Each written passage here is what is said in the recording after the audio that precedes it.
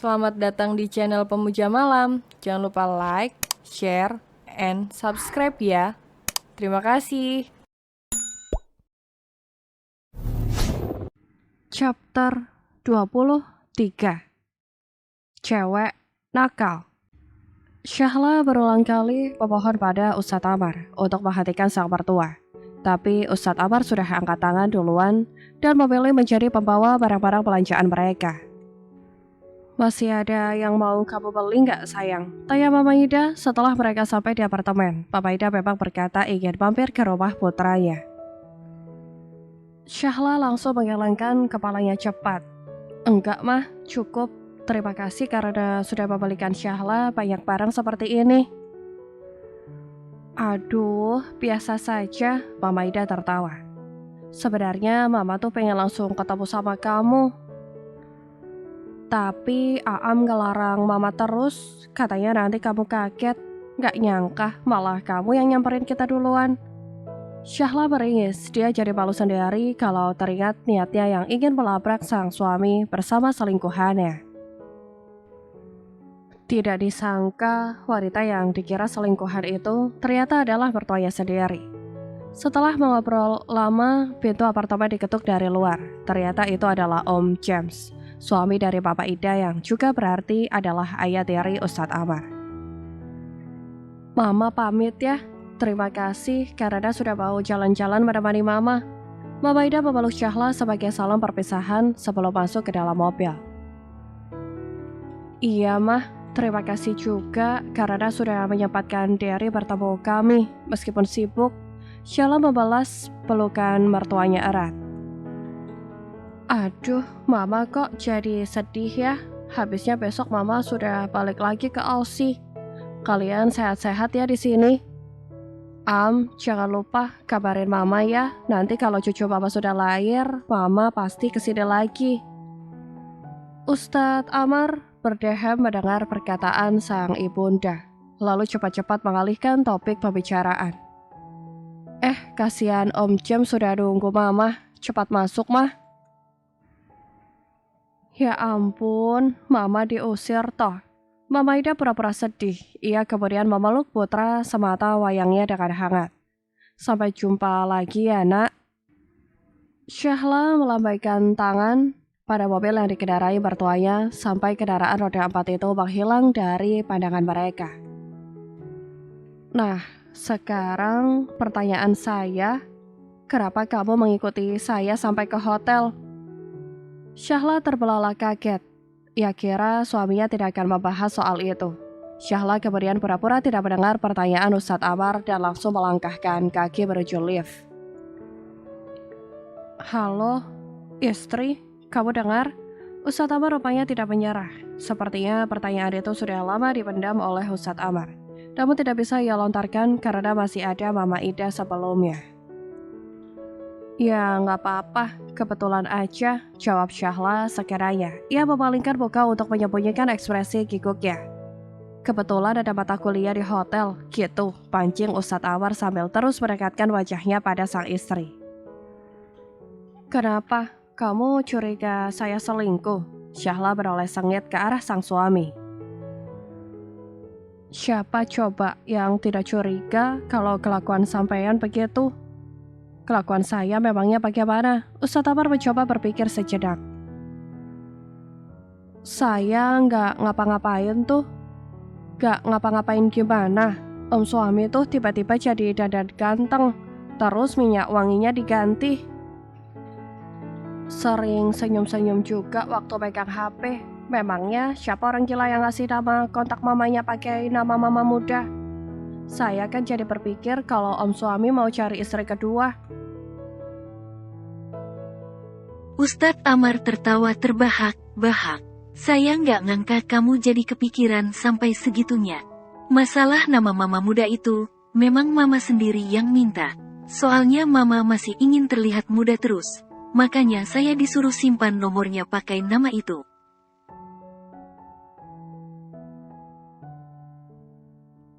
Terus, kalau menurut kamu saya jadi kelihatan ganteng, kayaknya karena kamu baru sadar aja deh.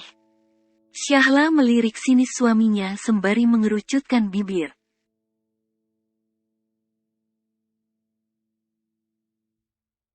Untung saya nggak jadi ngelabrak kalian tadi. Oh, jadi tadi niatnya ngelabrak? Katanya cuma kebetulan, sindir Ustadz Amar yang membuat Syahla mati kutu.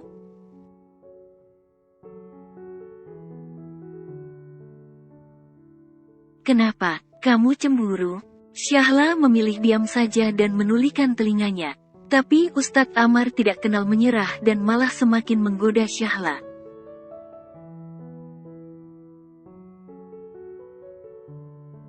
Kenapa, cemburu ya? Cemburu? Iya, saya cemburu. Syahla berseru kesal.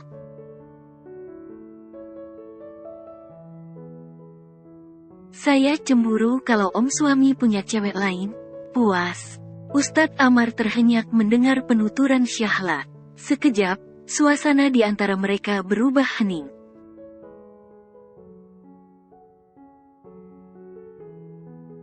Kamu beneran cemburu?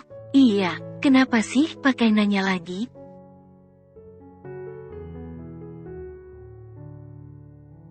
Itu berarti, kamu, cinta saya. Syahla menatap sang suami yang terlihat menatapnya dengan serius. Entahlah, Syahla sendiri tidak sadar apa yang akan ia lakukan sekarang.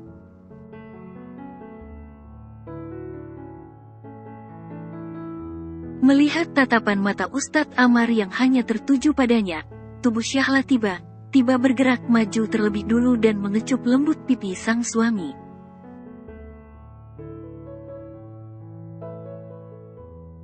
Ini jawaban saya, nggak usah tanya lagi.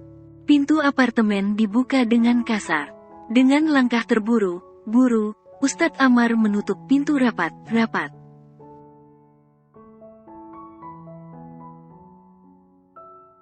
Sejenak, pasangan suami istri itu hanya terdiam di depan pintu. Kemudian dengan langkah pelan, Ustadz Amar berjalan mendekati sang istri.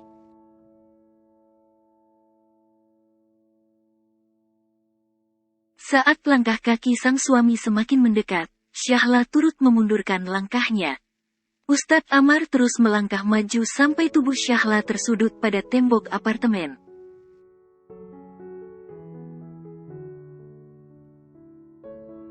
Deru napas Syahla dan Ustadz Amar terdengar di telinga masing-masing. Mereka saling bertatapan dalam hening. Syahla mengepalkan tangannya saat wajah Ustadz Amar semakin mendekat.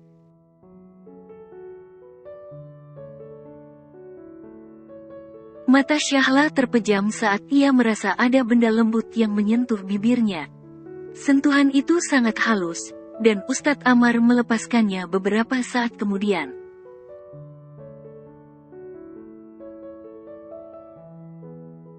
Saya tanya sekali lagi, apa kamu mencintai saya? Bisikan Ustadz Amar di telinga Syahla membuat perut Syahla terasa geli, sekaligus memacu detak jantungnya semakin cepat.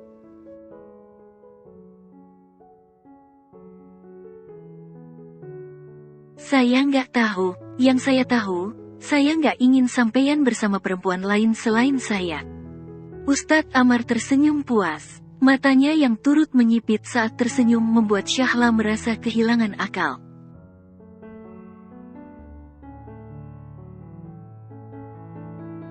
Dengan langkah berani, Syahla memajukan wajahnya duluan dan menempelkan bibir mereka berdua. Ustadz Amar awalnya terkejut, tapi tidak lama karena ia segera memimpin permainan.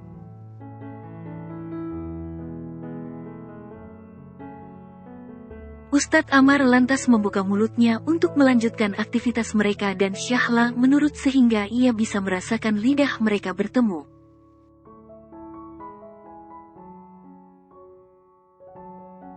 Dalam nuansa siang hari menjelang sore, rak sepatu, tembok, dan pintu apartemen menjadi saksi bisu kemesraan mereka yang semakin panas.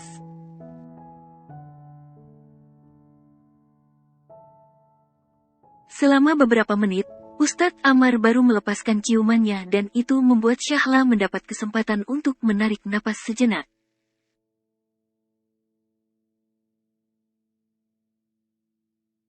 Sudah, ayo kita lanjutkan lagi.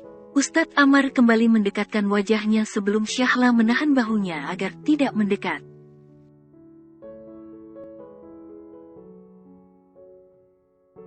"Saya mau mandi dulu," ucap Syahla gugup. "Buru, buru." Gadis itu melesat pergi dari sana dan meninggalkan Ustadz Amar yang mematung di tempatnya.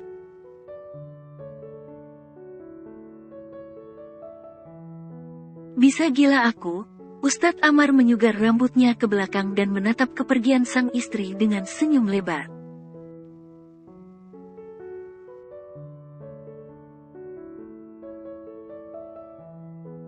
Syahla masih mendekam di dalam kamar mandi meski sudah setengah jam berlalu sejak ia masuk. Saat hendak melangkah keluar, ia melirik sebentar ke arah ketiaknya, lalu ia angkat tinggi sehingga bisa terlihat beberapa bulu halus yang tumbuh di sana.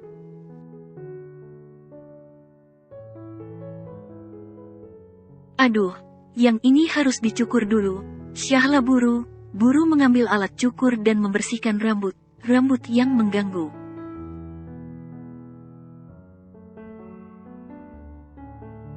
Setelah dirasa cukup bersih, ia mencium bau badannya sendiri dan akhirnya menganggukkan kepalanya yakin.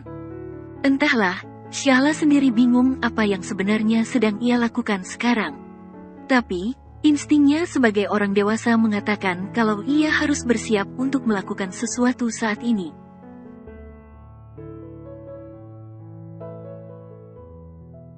Keluar dari kamar mandi, Syahla merasa galau lagi. Kali ini dia bingung, haruskah memakai baju atau tidak. Ia mematut handuk kimono yang sedang ia pakai.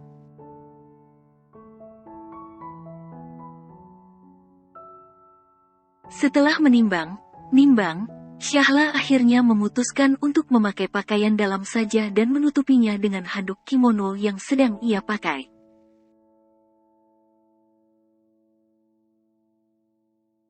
Sembari menunggu sang suami masuk, Syahla menyemprotkan parfum yang tadi dibelikan oleh Mama Ida. Ia lalu menunggu dengan manis di pinggir kasur. Namun, karena tidak ada tanda kemunculan Ustadz Amar, Syahla akhirnya membuka pintu kamarnya penasaran.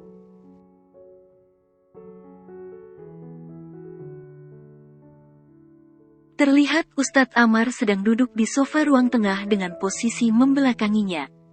Syahla menelan ludah gugup. Apa Ustadz Amar sedang menunggu kode darinya? Karena tidak tahu harus berbuat apa, Syahla akhirnya menghampiri Ustadz Amar dengan hati-hati.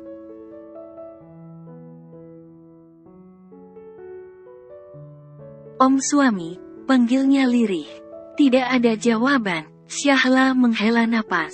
"Om suami." Tidak ada pergerakan sama sekali dari suaminya.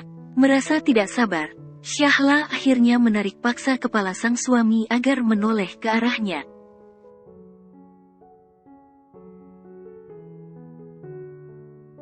Mata Syahla terbelalak karena ternyata suaminya itu sedang rapat secara online di laptop. Telinganya tersumpal headset, sehingga Ustadz Amar tidak bisa mendengar panggilan Syahla sebelumnya.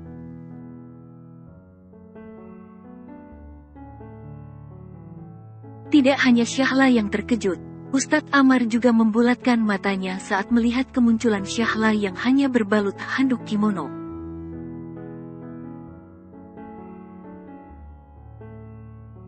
Dengan gesit, Ustadz Amar langsung mematikan fitur kamera di laptopnya. "Kamu ngapain?" Ustadz Amar buru menarik Syahla masuk ke dalam kamar.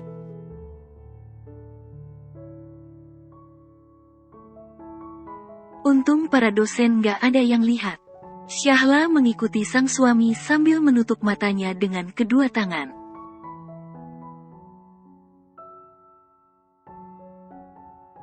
"Saya kira om suami diam saja karena menunggu saya. Saya tidak tahu kalau om suami sedang ada rapat sama dosen." "Iya, maaf. Barusan aku dihubungi pihak kampus dan mereka mengadakan rapat dadakan.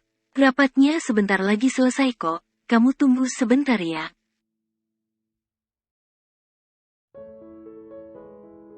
Syahla hanya bisa terdiam di atas kasur dengan selimut menutup seluruh tubuhnya. Rasanya ia ingin sembunyi ke dasar bumi saking malunya.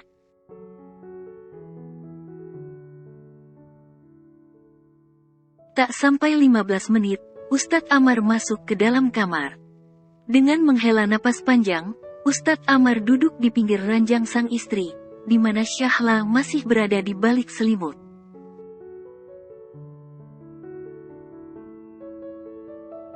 "Istri," panggil Ustadz Amar lembut. "Aku sudah selesai," bisiknya mesra.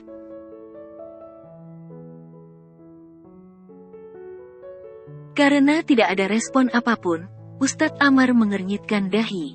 "Apa Syahla masih merasa malu karena kejadian tadi? Jangan khawatir, gak ada yang lihat kamu kok. Jadi kamu gak perlu malu."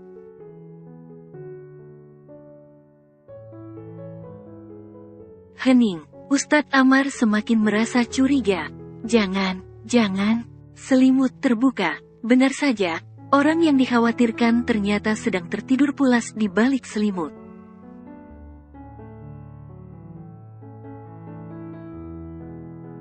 Sama sekali tidak terlihat malu atau khawatir. Ustadz Amar tertawa kecil. "Ya ampun, ada saja."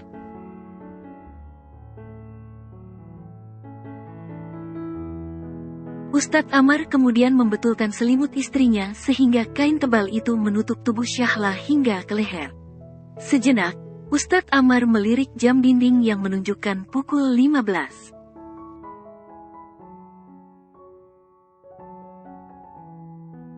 "Sebentar lagi asyar sih, tapi nanti saja deh banguninnya," ujar Ustadz Amar merasa tidak tega.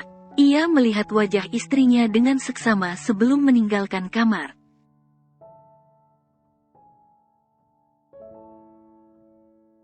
"Selamat tidur," ucap Ustadz Amar sembari mengecup kening sang istri. Pukul 20.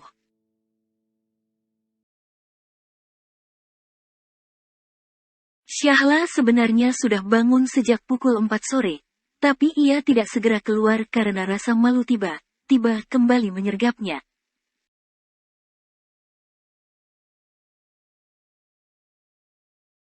"Om suami pasti nganggep aku cewek nakal, kan?" Bayangan dirinya yang sedang memakai handuk kimono kembali menyeruak, dan hal itu membuat Syahla kembali membenamkan wajahnya di atas bantal.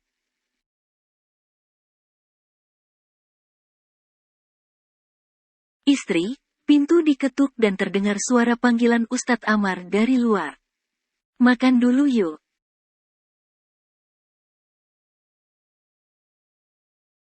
Syahla buru bangkit dari kasurnya. Perutnya yang keroncongan membuat Syahla memutuskan untuk membunuh rasa malunya sejenak.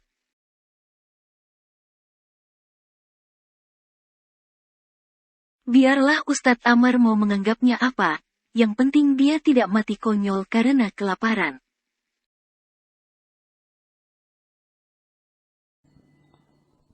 Bersambung.